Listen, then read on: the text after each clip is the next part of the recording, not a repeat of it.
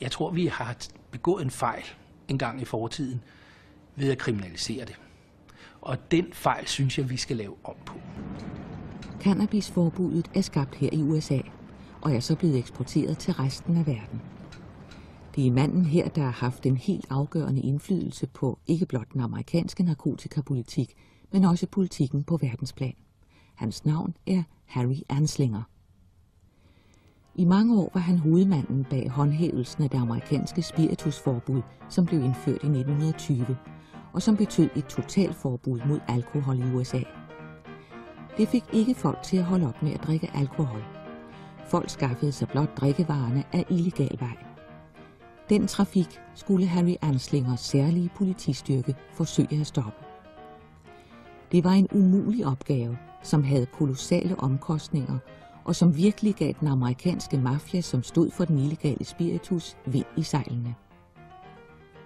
Efter 13 år ophævede man spiritusforbuddet. Forbuddet virkede ikke, og omkostningerne var for store. Harry Anslingers arbejdsopgave var pludselig væk. Men forude ventede en ny stor forbudspolitisk opgave, som skulle vise sig at blive udbredt til resten af verden.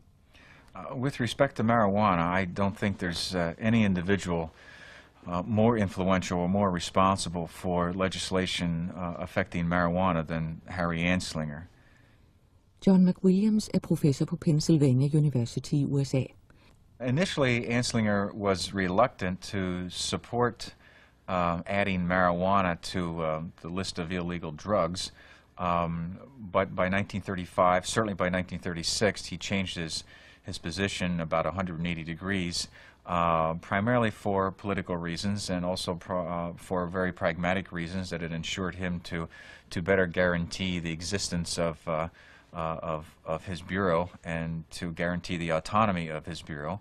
And so that by 1936, he was a very ardent campaigner for criminalizing marijuana. Jeg er 67 år gammel. I hele livet mitt har den jævelen Harry Anslinger tvunget meg til å være kriminell. Jeg vil jo bruke helsekost. Jeg vil bruke naturmedisinen cannabis. Og nå har Donald Trump tatt over makten. Vi kan aldri tilgi USA. Først Harry Anslinger og så nå Donald Trump. Og de har ikke gitt Europa ordre om å oppheve det sinnssvake forbudet mot cannabis, som er narkotikafritt. Cannabis er ikke narkotika, det er naturmedisin.